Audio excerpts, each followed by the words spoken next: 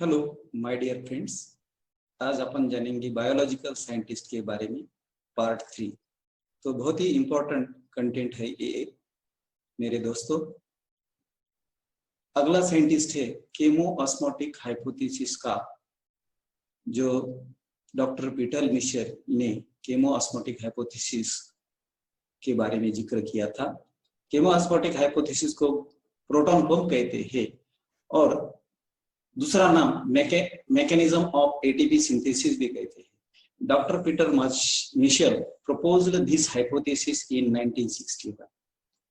It occurs in mitochondria during cellular respiration and in chloroplast during photosynthesis. Use light energy to release ATP. My dear friends, mitochondria में भी ATP synthesis होता है और photosynthesis में भी ATP synthesis होता है। तो लाइट एनर्जी जब केमिकल एनर्जी में कन्वर्ट होती है, at that time ATP release. So this hypothesis stated that the proton motive force was responsible for driving the synthesis of ATP. ATP synthesis के लिए proton motive force, जहां mitochondria के inner membrane में और chloroplast में भी ये पाया जाता है। तो in this hypothesis proton would be pumped across the inner mitochondrial membrane as electron goes through the electron transport chain. So lastly, how the define the chemoosmotic hypothesis, here is the definition. The moment of ion across the selectively permeable membrane down their electrochemical gradient, that is called as a chemoosmosis. My dear friends, देखिए कि chloroplast जो है, तो chloroplast में क्या होता है कि फोटोसिंथेसिस ऑकर होता है और माइटोकॉन्ड्रिया में रेस्पिरेशन होता है। तो माइटोकॉन्ड्रिया का इनर मेम्ब्रेन में और क्लोरोप्लास्ट के लुमेन में ये प्रोटॉन पंप पाया जाता है। तो इसकी डिस्कवरी डॉक्टर पीटर मिशेल ने 1961 में की है। इन्हें क्या नोबेल प्राइज भी अवार्ड हुआ है। तो बस इतना ही। नेक्स्ट साइंटिस्ट जो है हैच एंड स्लैक, इन्हें हैच एंड स्लैक पाथवे कहा जाता है और C4 पाथवे से जाना जाता है। दोस्तों, plants in tropical region follow C4 pathway. देखिए यहाँ पर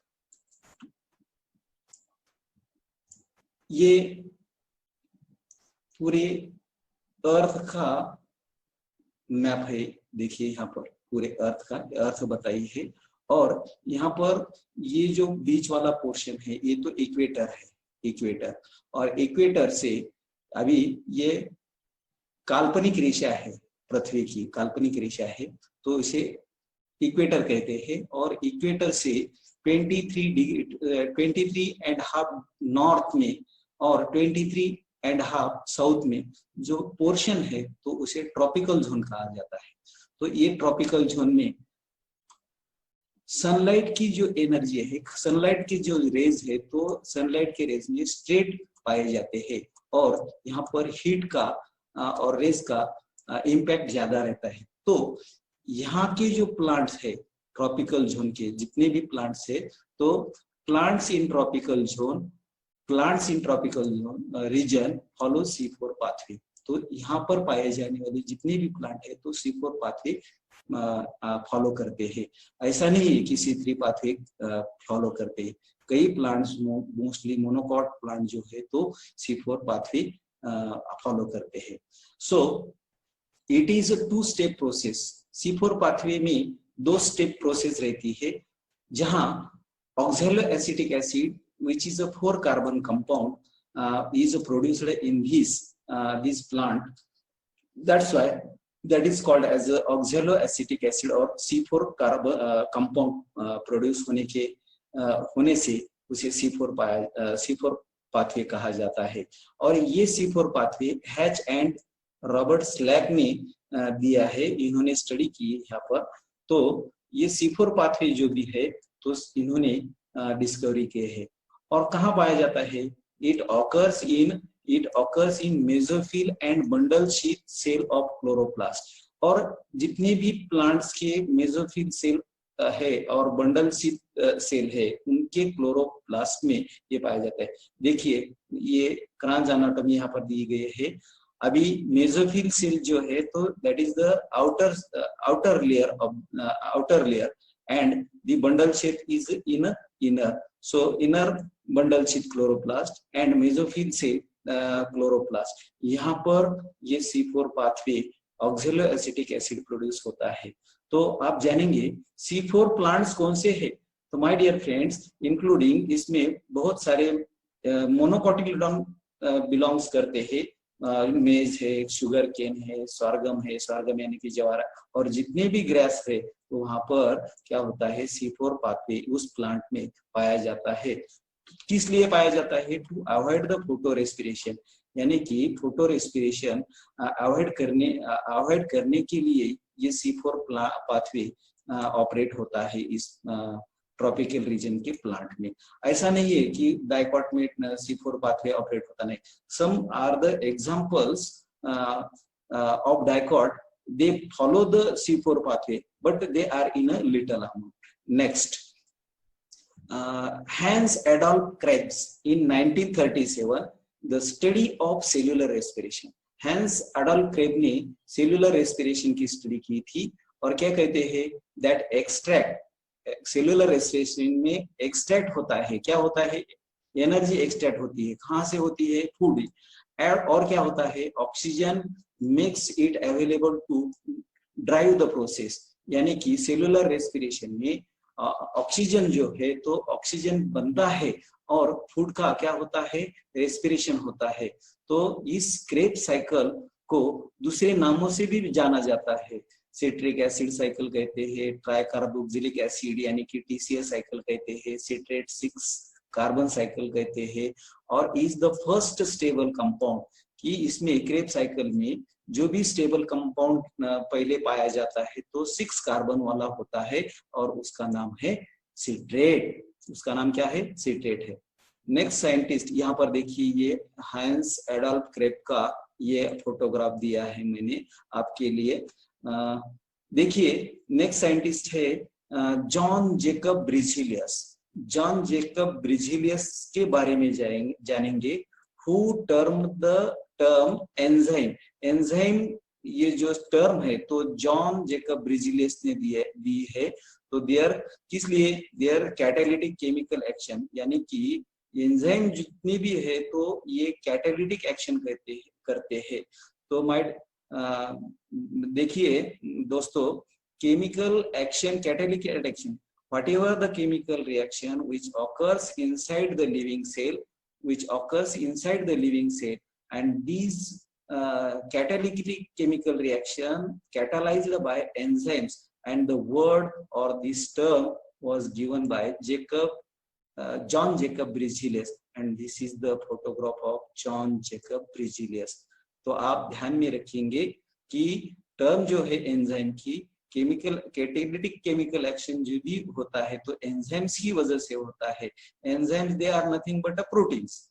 देखिए नेक्स्ट देखिए Blackman's 1905 law of limiting factors come into effect for affecting factors for photosynthesis. Photosynthesis process में ऐसे कई फैक्टर है, टेम्परेचर है, वाटर है, तो ऐसे जो फैक्टर्स है तो क्या करते हैं कि वहाँ फोटोसिंथेसिस पर अफेक्ट करते हैं। Photosynthesis process that is the physiological process, and water, temperature, heat जो भी है फैक्टर्स है, ये फैक्टर्स अफेक्ट करते हैं। तो ब्लैकमन्स in 1905 law of limiting factors that effect for affecting factors for photosynthesis. So this is the picture of Blackmans. देखिए next scientist are the कौन से साइंटिस्ट है? गोसेव एम्बेडेन, auto मेरोव and Parnas. These are the 3 scientists, biological scientists, and they the scheme of EMP pathway means Embedon, Merau and Parnas pathway, or that is called as a glycolysis. Glycolysis means a breakdown of glucose was given by Gustav Embedon and Otto Merau and Parnas. So these scientists, you know very well about the glycolysis, that is the breakdown of glucose, and this glycolysis occurs in the cell cytoplasm in prokaryotic cell as well as eukaryotic cell. Every organism, whatever the microscopic organism or a multicellular organism, in that their cytoplasm, cell cytoplasm, this glycolysis occurs. Next देखिए my dear friends, lysosomes के बारे में यहाँ पर जानेंगे. Lyso यानी कि digestive Soma. Soma means body. In 1955, D. Dewey, this is the picture, this is the photograph of D. Dewey, termed them as lysosomes and autophagy. तो यहाँ पर जानेंगे कि white blood cell attack and destroy invaders कौन रहते हैं, कि जो हार्मफुल माइक्रो ऑर्गेनिज्म रहते हैं, बैक्टीरिया, फंगी और वायरसेस. तो आपके बॉडी पर, प्लांट की बॉडी पर क्या होता है, इन्वेड होते हैं ये, और ये इन्वेड या हार्मफुल रहते, तो उस ऑर्गेनिज्म को, माइक्रो ऑर्गेनिज्म को ये लाइसोसोम डाइजेस्ट करते हैं. ये आप डी ड्यूए के बारे में, इन्हें भी नोबेल प्राइज मिला है लाइसोसोम डिस्कवरी 1960 में. तो नेक्स्ट अपने साइंटिस्ट है कौन से, रॉबर्ट ब्राउन. देखिए यहाँ पर रॉबर्ट ब्राउन क्या किया है इन्होंने, कौन सी इन्वेंशन किया है. तो न्यूक्लियस, जितने भी सेल में, यूकैरियोटिक सेल में होता है nucleus, as a cell organelle, ये क्या है, cell organelle, that is also called as a brain of a cell, and that was first discovered by Robert Brown as early as in 1831. तो देखिए ये photograph दिया है मैंने आपके लिए खास, रॉबर्ट ब्राउन का. ये फोटोग्राफ है, आपको किताबों में नहीं मिलेगा, एनसीईआरटी में भी नहीं मिलेगा. तो देखिए यहाँ पर ये रॉबर्ट ब्राउन ने न्यूक्लियस की डिस्कवरी की है. और नेक्स्ट साइंटिस्ट है माय डियर फ्रेंड्स, फ्लेमिंग है. फ्लेमिंग तो उन्होंने क्या किया है कि the material of the nucleus के अंदर जो भी मटेरियल है, तो वो स्टेन किया है कि उन्होंने ये एक स्पेसिफिक बेसिक डाइज यूज किया है, फ्यूल जीन. तो that was given the name chromatin by Flemming. तो ये फ्लेमिंग ने न्यूक्लियस के अंदर पाए जाने वाला जो मटेरियल है, तो उसे क्रोमैटिन कहते हैं. और वो क्रोमैटिन देखने के लिए फ्लेमिंग ने फ्यूलजीन नाम का एक केमिकल सब्सटेंस जो है, तो केमिकल सब्सटेंस से ये देखा है न्यूक्लियस, और न्यूक्लियस के अंदर क्या रहते हैं, क्रोमैटिन रहते हैं.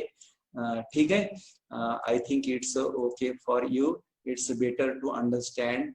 यहाँ आपको कहीं पर भी, कौन से भी नेट पर जाइए, यूट्यूब पर जाइए, आपको देखने को नहीं मिलेगा ऐसा ये फोटोग्राफी. नेक्स्ट देखेंगे कि न्यूक्लियस के अंदर भी अनदर बॉडी रहती है माय बिलोवेड फ्रेंड्स. कौन सा, न्यूक्लियस के अंदर भी एक सब ऑर्गेनेल रहता है, उसे न्यूक्लियोलस कहते हैं. तो न्यूक्लियोलस न्यूक्लियोस जिसने खोजा है, वो साइंटिस्ट का यहाँ पर फोटो देने का मैंने प्रयास किया है, उसे फोंटाना नाम है. फोंटाना इस साइंटिस्ट ने न्यूक्लियोलस की डिस्कवरी की है. देखिए क्या है न्यूक्लियस, राइबोसोम प्रोडक्शन फैक्ट्री. तो राइबोसोम बहुत ही इम्पोर्टेंट है अपने सेल में. तो राइबोसोम प्रोडक्शन फैक्ट्री, जितने भी राइबोसोम फॉर्म होते हैं, तो न्यूक्लियस के अंदर जो सब ऑर्गेनेल है, तो उसे न्यूक्लियोलस कहा जाता है. तो this was first discovered by Fontana that is the sub organelle of the nucleus, और ये न्यूक्लियोलस जो है तो राइबोसोम प्रोड्यूस करते हैं। नेक्स्ट साइंटिस्ट है ब्लोर। तो ब्लोर कॉइन्ड द टर्म लिपिड, बहुत ही इंपॉर्टेंट है lipid. What is lipid? Lipid is the micromolecule, not macromolecule, and this term was coined by Bloor in 1943. So this is the photograph of Bloor. तो देखिए ये ब्लोर ने lipid नाम की term जो है तो कॉइन की है। नेक्स्ट देखेंगे दोस्तों, चार्ल्स डार्विन और उसका जो बेटा है उसका नाम है फ्रांसिस डार्विन, इसके बारे में जानेंगे। तो Charles Darwin and his son, क्या नाम है उसका? Francis Darwin. उन्होंने क्या किया कि observe that the coleoptiles of canary grass, that is belongs from monocot and that is a special type of grass. क्या बताया उन्होंने? हाँ, कि respond to unilateral illumination by growing toward the light source। कि आप जानते हैं कि प्लांट जो है तो लाइट की सोर्स की तरफ बढ़ते हैं, ग्रोइंग होते हैं लाइट सोर्स की तरफ। तो उन्होंने फोटोट्रोपिज्म कहा है। फोटोट्रोपिज्म यानी कि that is plant growth regulator. Plant की जो भी ग्रोथ होती है उस ग्रोथ में कई रेगुलेटर्स होते हैं, तो उन्होंने उसे पीजीआर कहा है। Plant growth regulators was invented by Charles Darwin and his sun Francis Darwin. ये आपके ध्यान में रखिए। देखिए नेक्स्ट द टर्म ऑक्सीन। तो ऑक्सीन ये जो टर्म है तो was first used by F.W.. Went. तो देखिए यहाँ पर एफ.डब्ल्यू. वेंट। तो ऑक्सीन का भी जहां पर भी जिक्र आता है तो एफ.डब्ल्यू. वेंट का नाम आता है। इन्होंने ऑक्सीन ये जो टर्म है तो यूज की है पहले। तो ऑक्सीन was isolated, इन्होंने आइसोलेट की है auxin from the tips of coleoptiles of oat. Oat is the monocotyledonous plant, and whenever the oat was germinating, at that time that germination process is called as the seedlings and gives experimental fruit। तो उन्होंने oxygen isolate किए हैं। यहाँ पर मुझे कहना है कि एफ.डब्ल्यू. वेंट ने ऑक्सीन आइसोलेट किया है। कहाँ पर? कॉलिप्टाइल्स ऑफ ओट सीडलिंग में। तो मैंने ओट सीडलिंग क्या है आपको मैंने पूरा बताया है। नेक्स्ट साइंटिस्ट है my dear friend E Kurosawa. तो इस महाशय ने क्या किया है कि E Kurosawa reported the identified gibberellic acid. आप तो स्कूल लेवल से भी जानते हैं कि जिब्रेलिक एसिड क्या है। तो जिब्रेलिक एसिड एक स्पेशल टाइप का ग्रोथ का हार्मोन है, और आप जानते हैं कि हार्मोन्स आर द प्रोटीन। तो जिब्रेलिक एसिड ये क्रूसोवा ने रिपोर्ट आइडेंटिफाई किया है। नेक्स्ट जानेंगे कि ये जो फोटोग्राफ है ये स्कूग एंड मिलर के है। इस महोदय ने क्या किया है कि स्कूग एंड मिलर इन 1955 क्या डिस्कवर किया है? एक स्पेसिफिक टाइप का सब्सटेंस डिस्कवर किया है। तो कौन सा सब्सटेंस है डिस्कवर किया वाला? Cytokinin. Cytokinin is a type of auxin and which stimulate cell division. जितने भी बैक्टीरिया हो, प्लांट सेल हो या एनिमल सेल हो, तो सेल डिवीजन के बारे में आप जानते हैं कि सेल डिवीजन माइटोसिस और मियोसिस से होता है। तो सेल डिवीजन के लिए कौन सा सब्सटेंस रिस्पॉन्सिबल है? तो साइटोकाइनिन रिस्पॉन्सिबल है। व्हाइल वर्किंग, कहाँ वर्क करते थे? Tissue culture in tobacco. ये तंबाकू का जो प्लांट है तो उस पर बहुत सारी डिस्कवरी हुई है तंबाकू के बारे में, और भी जानेंगे। तो तंबाकू का और टोबैको का टिश्यू कल्चर जब करते थे तब उन्होंने पाया कि एक स्पेसिफिक सब्सटेंस है वो टोबैको प्लांट में, और उन्होंने वो सब्सटेंस की वजह से क्या होता है कि सेल डिवीजन का स्टिमुलेशन होता है। तो स्कूग एंड मिलर का फोटो यहाँ पर देखिए, मैंने आपके लिए यहाँ पर दिया है। नेक्स्ट साइंटिस्ट है Garner and H A. Allard. Garner is a beautiful lady. So इन्होंने क्या किया है दोस्तों कि उन्होंने क्लासिफाई किया है 3 टाइप्स ऑफ फोटो पीरियड। कि आप जानते हैं कि फोटो पीरियड में भी बारे में जानते हैं कि फोटो पीरियड क्या होता है। Short day plant, long day plant and day neutral plants. So this word photo period find in 1920 कहाँ पर, इन वैरायटी ऑफ टोबैको। टोबैको की वैरायटी में उन्होंने जब स्टडी करते थे, दैट इज यंग टोबैको यानी कि निकोटिना टोबैको, और उसे मैरीलैंड मैमोथ कहा जाता है। तो मैंने आपको फोटो पीरियड के बारे में कहा है कि long day plant, short day plant. आप जानते हैं कि दिन का अभी आप देखेंगे कि तो बड़ा दिन, छोटी नाइट कहेंगे, बड़ी रात कहेंगे, छोटी रात कहेंगे, that is called as a photo period. Next है चालुक्यन। तो Chailakhyan in the period of that Chailakhyan is 1935 to 1935-36 में इन्होंने क्या किया कि demonstrated the existence of flowering hormone. आप कई फ्लावरिंग प्लांट देखते हैं, तो उन्होंने फ्लावरिंग प्लांट में स्टडी किया है कि फ्लावरिंग के लिए एक हार्मोन, स्पेसिफिक हार्मोन यानी कि प्रोटीन है। तो वो फ्लावरिंग के लिए कौन सा रिस्पॉन्सिबल प्रोटीन है, तो फ्लोरिजिन नाम का हार्मोन है। तो ये florigen, coined the term florigen hormone, flowering hormone के लिए मिस्टर चालुक्य ने ये टर्म कॉइन की है, फ्लोरिंग। आप ध्यान में रखिए, बहुत ही इंपॉर्टेंट है। नेक्स्ट साइंटिस्ट है कॉर्ड। और कॉर्ड जो है तो 19 में क्या किया इन्होंने कि कोल्ड यानी कि chilling treatment of germinating seed. Germinating seed कौन से, मोनोकॉट हो या डाइकॉट हो, तो जर्मिनेटिंग सीड को सीडलिंग्स कहा जाता है।